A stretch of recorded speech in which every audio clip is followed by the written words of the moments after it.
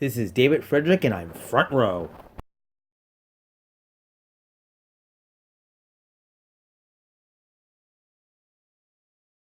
Alright, the opening match for Starrcade 84 NWA World Junior Heavyweight Championship.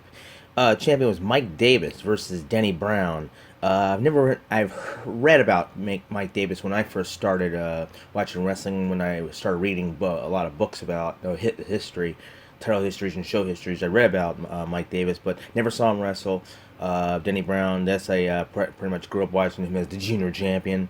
Referee Errol Hebner. The moment Mike Davis went to throw Denny Brown out of the ring, I think Denny kind of didn't go through the ropes on momentum. I saw him throw himself out. Um, Denny Brown was definitely the far better wrestler here, and what the really a big mistake occurred. It wasn't even the wrestling match itself; it was the announcement. When Mike Davis does a backdrop on Denny Brown, Denny pulled his shoulder up, and it was almost very obvious that Denny did. The referee did see it when he made the 3 count. Um, the referee then handed the belt to Denny Brown. The announcer immediately says the winner and still champion Mike Davis. The referee just handed the belt to Denny Brown, and the announcer doesn't see that. But Denny Brown is the winner and new junior heavyweight champion. All right, the next match in Stark 84, second match tonight, Brian Adidas versus Mr. Ito. Now, Brian Adidas is a well-known, I read a lot about and saw a lot about in the World Class area, World Class Championship Wrestling in Texas. He was a friend of the Von Erichs. The opponent, Mr. Ito, now if I'm going to pronounce his full wrestling name right, Umanosuke Ueda. And I tried to read up on Mr. Ito, out of course, of Japan. His style, I read that guys out of the later in the early 90s, Frontier Martial Arts FMW, Mr. Ganasuki, Mr. Goto, few Japanese guys, they took their hardcore style of wrestling after him. It's surprisingly because Brian Adidas, they and now Mr. Brian Adidas being the announces the very popular new up and coming star. Brian Diaz took pretty much did quick work of Mr. Ito, did an airplane spin and got almost a quick pin. The one thing not about this match, but before this match started, Gordon Sully and Bob Caudle were talking about the first match, the junior heavyweight title match, and they were doing a replay of that and said that they find questionable that Mike Davis lost to Denny Brown. When they did the camera replay, they show the backdrop pin, and they stopped the camera, the video, at before Denny Brown picked his shoulder up, and they said the fans are upset that apparently Davis lost, but Davis went to hug Brown, good match. So why is there a question in that? But the second match, actually, the Brian Diaz Mr. Ito match should have been the first one, because Brian Diaz very quick work of this legend, which it's surprising he got such a quick win and an apparent legend out of Japan. This should have been the first match over, and the junior title should have been the second match. All right, the next match in Stark 84, third match, is Mike Graham versus Florida Heavyweight Champion Jesse Barr. But yeah, definitely a Florida territory match like the previous Starrcade. A lot of territory matches. Very fast paced, very entertaining match. Wow, to watch Mike Graham and Jesse Barr it's definitely a match worth watching. Wow. Yeah, the one thing I really get a kick out of in so many matches from the Crockett years, and then in the early '80s, and these super shows, in the house shows, like so. One thing about the camera work, that when you hear the referee checking for hair pulling, and when they do headlocks, arm locks, the referee constantly checking. You want to give up, and it's just the first few minutes of the match. Honest to God, I find that annoying. That the referee constantly asks, you want to give up, and they're in headlocks, arm locks, they're checking if hair pulling. I find that, as much as that's part of the match, I find that part annoying, and I'm going, no. Um, One more credit I gotta give. I've never been a huge fan of Gordon Sully. I should give really bad comments on that one. I'm not a big fan of Gordon Sully. It's been known as the Dean announcers. I honestly can now say that listening to Gordon Sully, he is like uh, maybe the boxing announcer version of wrestling. He will explain every single hold and move and hit there is. Not as wild as the eventual Jim Ross. Well, when he comes around in the middle of late 80s, but Gordon Sully is very interesting to listen to. It's like, to listen to every, he actually will cover every, he will announce and he will tell you every single move and hit whatnot that these guys are doing. And you learn to respect that. The entertaining he can be. He doesn't miss a move, hit, do what these guys are doing, and this match is just as entertaining. The Florida champion Jesse Barr would pin Mike Graham, retain the title. Very fast paced match. Wow, that's a very interest, very good match to watch. So Jesse Barr pins Graham. He uses the ropes as leverage to get a quick pin on Mike Graham. Our next match, the fourth match, was supposed to be a tag team elimination match. Yes, it was a tag team match, but it was supposed to be a tag team elimination match. Apparently, that didn't happen. It was one fall. Assassin number one would be Jody Hamilton and Avalanche Buzz Tyler versus the Zambui Express with Paul Jones, Kareem Muhammad, and I didn't catch the other one's name. Sorry, but the strange part about this, okay. When these guys got in the ring, Assassin kept point. I guess it was a breakup between the Assassins and Paul Jones.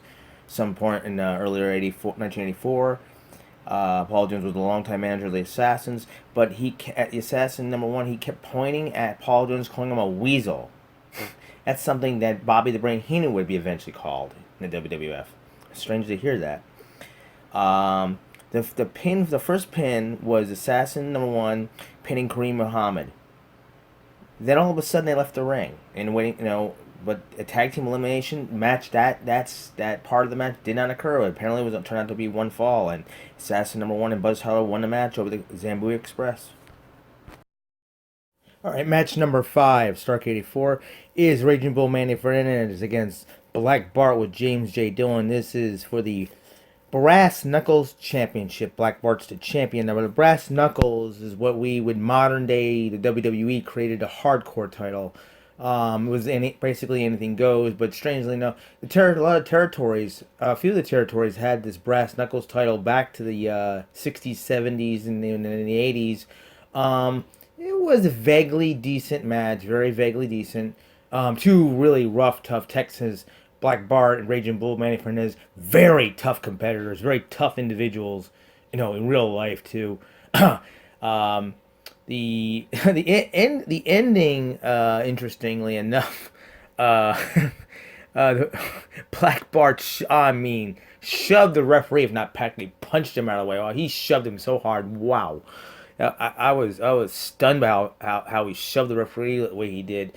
Then Black Bart, he asked for J.J. Dillon to give him his bull rope, but the moment he grabs the bull rope, Raging Bull Manny Fernandez schoolboy rolls him up into a pin. It was like, no, I'm gonna pin you before you're gonna do anything with that rope. But the ending is like the shove on the referee is even more interesting. I found more interesting than the ending of the pinfall itself. I was stunned how he shoved the referee really hard. It was a vaguely decent match. It was more a hardcore, and the black belt, the brass knuckles title. There's no title belt. There's no physical symbol. It's just he's labeled as the brass knuckles champion, and Manny Fernandez is announced as a new brass knuckles champion. All right, the next match of the night, a tuxedo street fight. This is one of the strangest matches. Oh wow, Jimmy Valiant versus Paul Jones. I'm not sure if this is related to the tag team match with the Assassin Buzz Tyler against against the Zambu Express. It was related to that the Assassin and Tyler won, giving Jimmy Vane time with Paul Jones. I'm not sure if this match is separately, though. Sometimes it does happen, but it wasn't announced. But a Tuxedo Street Fight, I was thinking of a Tuxedo Street Fight. When have I seen that before? But it actually was years later. The Great American Bash '89. But it'd be 5 years from now. It'll be Jim Cornette and Paulie Dangerously. They had a Tuxedo Street Fight, and they stripped. It was a fight of who the winner of the match would be the person to strip the tuxedo of his opponent. This match, okay, um, Jimmy Valiant ties Paul Jones by the neck using a string and ties his neck. Paul Jones' neck to the top rope, pretty much catches him there, and Paul Jones can't really, in a sense, defend himself or fight back. And Jimmy Valiant pretty much strips him. It's a funny moment, but that Gordon Sully and Bob Caudle say we might have to cut away. This is a family, family network, family show. It is. But he stripped Paul Jones down to his tights, underwear, whatever you want to call them. Then, okay, the match should have been over with. The thing is, it's a Tuxedo Street Fight, and I assume it would have been the stripping of the outfit would have been the winner, but it doesn't turn out that way apparently. Paul Jones then somehow he got away from that string that Jimmy Vant tied to his neck to the rope. So and then Paul Jones got his time to retaliate on Jimmy Vant. Jimmy Vant was escorted to the ring by Assassin and I think it was Jody Hamilton. Paul Jones was escorted by, I believe, Kareem Muhammad of the Zambu Express. Once Jimmy Vant, Paul Jones got his, he got a little, got some time beating up on Jimmy Vant a little bit, not much. Then Jimmy Vant grabbed Paul Jones into a sleeper, and Paul Jones was bleeding a bit. You see the blood gushing out of his head. It was an interesting close up.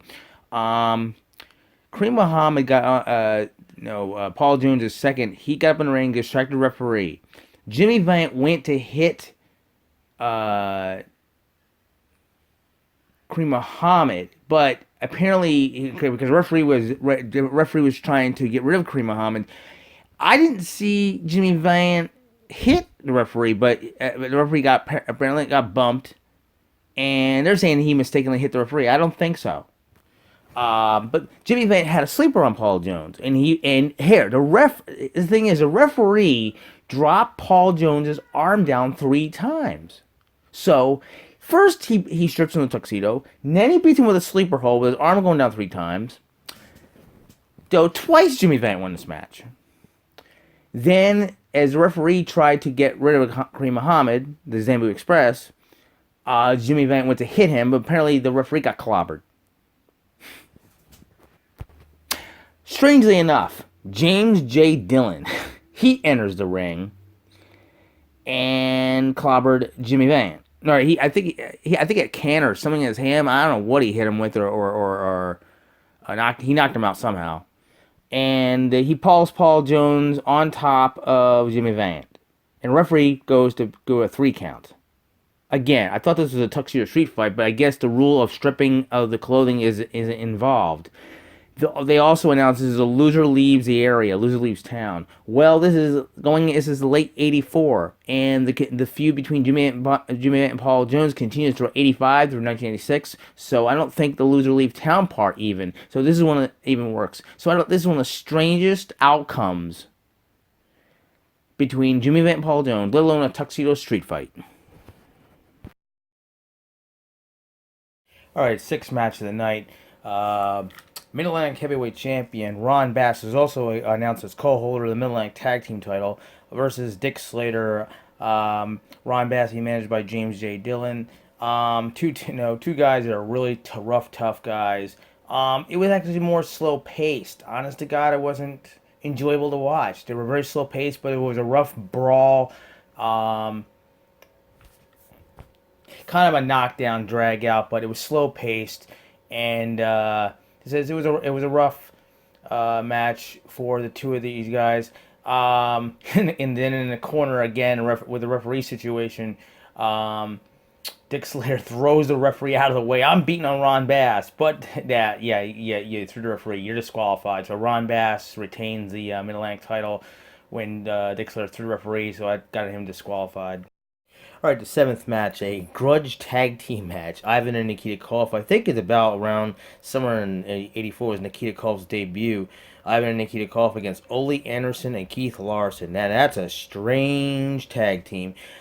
This is the basis of Don Kernodle, who had been, I guess, originally considered an American trader. Wow, somewhere in '84 he had been teaming with the Koloffs, and I guess they kicked him out. He had a neck injury and the chosen one for his grudge match against the Koloffs. Ole Anderson teams with Keith Larson, who some reason his name change is actually Rocky Kernodle, Don Kernodle's brother. They say he didn't want to use his brother's last name Kernodle, and it had a name change to Keith Larson. Rocky Kernodle and Don Kernodle would later be well known as the Jobbers during in the mid to late '80s.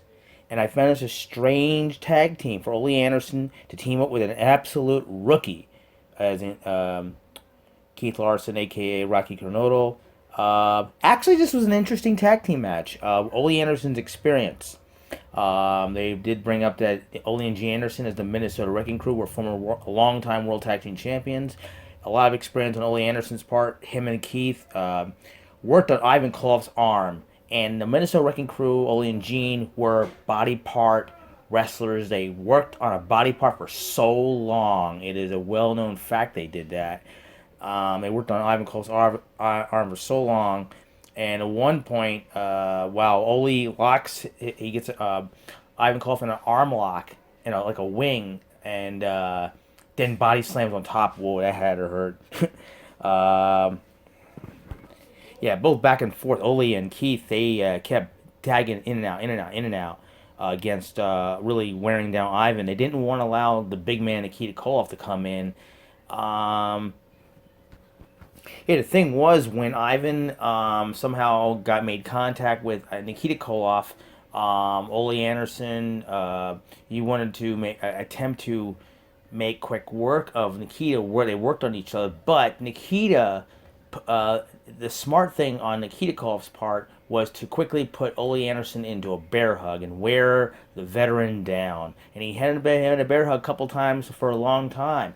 And wow, thing was, when Ole Anderson finally was able to relieve himself to tag in Keith Larson, I swear I thought when Nikita Koloff would get a hold of Keith Larson, he would have. I would have planned this to one Russian sickle, the super power, a clothesline that Nikita Koloff will be known for. Sickle the hell out of Keith Larson with one shot in the match. No, Keith Larson would really fight back, and as a rookie, he really took it to both the Koloffs. It was strange to see Nikita Koloff being taken down by a rookie for a little bit, but it went back and forth. Um, it was most probable that Keith Larson, would be the rookie, the weak link in this match, and eventually.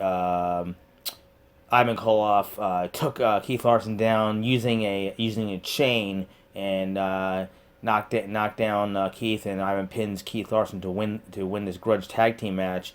But then the Koloffs really did it. They took Ivan Koloff held Keith Larson up in the air as Nikita Koloff held Keith Larson. Ivan Koloff came off with a chain and took Keith down. But then came in his brother Don Kernodle with obliterated a wooden crutch that he was holding and took out the Koloffs with that. An unusual tag team match, especially with an unusual tag team as Ole Anderson and Keith Larson, who was AKA Rocky Kernodle. All right, the eighth match of the night: Ricky Steamboat against Tully Blanchard. Tully Blanchard, the NWA TV champion. Oh, a lot of stipulations and things about this match. Each man put up $10,000. Disqualification waived. Um, and the strange one, no run rule. I think that rule was never applied to any other match in NWA history. This is the only time you ever heard it, and this match is seen on the Best of Starrcade videos that I had mentioned before.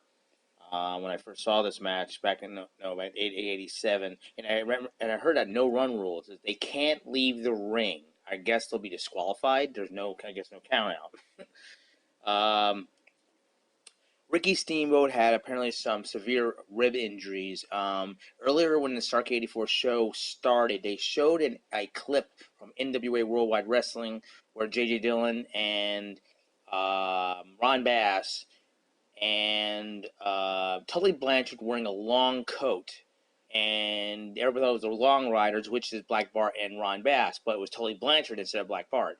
And Tully Blanchard was wearing a long coat, and they really crippled Ricky Steamboat the way they took him down and really did some rib injuries. And Gordon Sully kept saying that he returned and to work this match. It was way too early. He really sold the rib injury really good. Um, but as much as Steamboat sold had the rib injury, they really were a great work match between Tully Blanchard and Ricky Steamboat. It is not Ricky Steamboat's one of his better matches. No, it's not. It is fast paced, but um, for an 84 match against Tully Blanchard, it's mediocre. Good word. I can mediocre. It is not a Ricky Steamboat Ric Flair match. Not fast paced. It is for the TV title, but because Ricky Steamboat's rib injuries, he is not at full. Yes, of course he's not at full 100%. But Tully Blanchard is not one of his better opponents. So in one moment, they're back and forth, and they attempt a faster pace match. Even Ricky Steamboat scored Tully Blanchard on a slingshot suplex that Bob Caudle and Gordon Sully said that is one. They said it was one of Tully Blanchard's his finishing move using the ropes, but it became known as the slingshot suplex, and Tully kicked out of it. Then eventually, Tully had a piece. I don't know, plastic or metal or something. He did strike Rick Steamboat in the face with it. It didn't work, and they continued. Then Ricky Steamboat came off the ropes into a sunset flip, and the moment Tully was going to go over, he strikes Steamboat in the face with this object and knocks him clear flat out, and he takes the pin until he wins the match. Now, one thing I remembered that this $10,000 that each had to put up for this match reminds me of when it would be 3 years, it's 1984, so it'd be 3 years later that Tully and Dusty did the $50,000 became the $100,000 match. So there's some elements that do repeat years later. But it's not. It is a mediocre match. These two guys, it's two guys you definitely want to see work in the ring, but they're not meant to work together. No, maybe a tag match, but Ricky Steamboat and Tully Blanchard is a mediocre type of match. Okay, ninth match was U.S. Heavyweight Champion Wahoo McDaniel, Chief Wahoo McDaniel against Superstar Billy Graham. Now it's really strange to see Superstar Billy Graham, and yeah, he did some time, a few years in the Mid Atlantic area. He did not like doing this. He did a karate. He called it a Karate Man gimmick, and yeah, he had the 24-inch or 18-inch, how many inches he cut around his large arms. He called the pythons. Superstar Billy Graham is going to be always known as the, if not the initial, the one of the most influential talkers in the history of professional wrestling. He influenced Jesse Ventura, Hulk Hogan, but this is not one of his great times in the Atlantic area. But he did look good, but I think he the karate gimmick. Maybe the steroids really were taking its toll on him, and he didn't know it. And he did not fare well in this match. This is one of the most unfortunate, disappointing short matches in Graham's career. A U.S. title match. It's disturbing. Um, Superstar Billy Graham was able to apply the full Nelson once or twice on Wahoo McDaniel. Wahoo was able to do the legendary tomahawk chops, and so did Billy Graham with a few karate shots.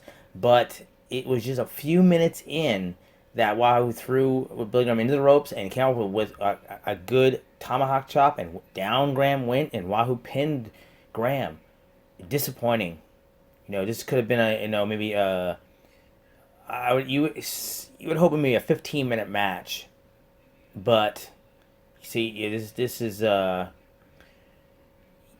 it's something you would maybe at the twilight of Graham's career. It's a disappointing match, very short match. The 10th and final, the main event: Dusty Rhodes versus Ric Flair at Starrcade 84. And Ric Flair is the World Heavyweight Champion. So many problems with this match, but this should have been one of Dusty Rhodes and Ric Flair's best matches. So many problems to point out. First of all, where and who and why did they come up with an idea for $1 million? What was the point of all that money? I mean, if you have a tournament like they did the Crockett Cup tag team tournaments, but they had a TV taping of a rally of the two guys talking for $1 million. They never say what is the money about. Wow, just apply $1 million. It's a world title match between these two ring legends is worthy enough. But I don't understand the point of $1 million drawing the attention of this show, and the show is called Starrcade 84, the $1 Million Challenge. That doesn't really make sense. Okay. They have three special judges. Besides them, Philadelphia great former World Heavyweight Boxing Champion Joe Frazier is the referee. He is. I don't want to apply the word clumsy. No, not like Gene Kaninsky was in Starrcade 83 with a Flair race match. He was kind of slow when he did to work the three count, to work any count on either of these guys. But when he does start to count, he does it either normal or he does it fast. He was a lousy referee. And Dusty Rhodes and Ric Flair were trying to do a great match. If it was Starrcade 84, then Starrcade 85, they met again. Then the Great American Bash tour, they met a couple of times. That was their best matches. This should have been one of their best matches. And I love Dusty. Dusty did his hand jive a couple of times. Dusty, honest to God, really dominated this match for real. Then at an outside point, Flair rams Dusty into the ring post. There you go. Dusty, and Dusty's bleeding at the eye. What else is new? Joe Frazier then is watching over the bloody eye of Dusty Rhodes so much he becomes a boxing referee, and eventually he stops the match. Am I going to be silent about this? The entire Greensboro Coliseum, I'm surprised I didn't get the massive boos. Dusty Rhodes complained in the end in the interviews. This is a wrestling match, not a boxing match. This was so disappointing. So disappointing. Why promote this for $1 million and promote the show as a $1 million world title match? Stop the match due to it. It is such a disappointing ending for a Ric Flair Dusty Rhodes match, and that's all I can really say about it. If you like this video, please subscribe, comment, like or dislike, and thank you for watching.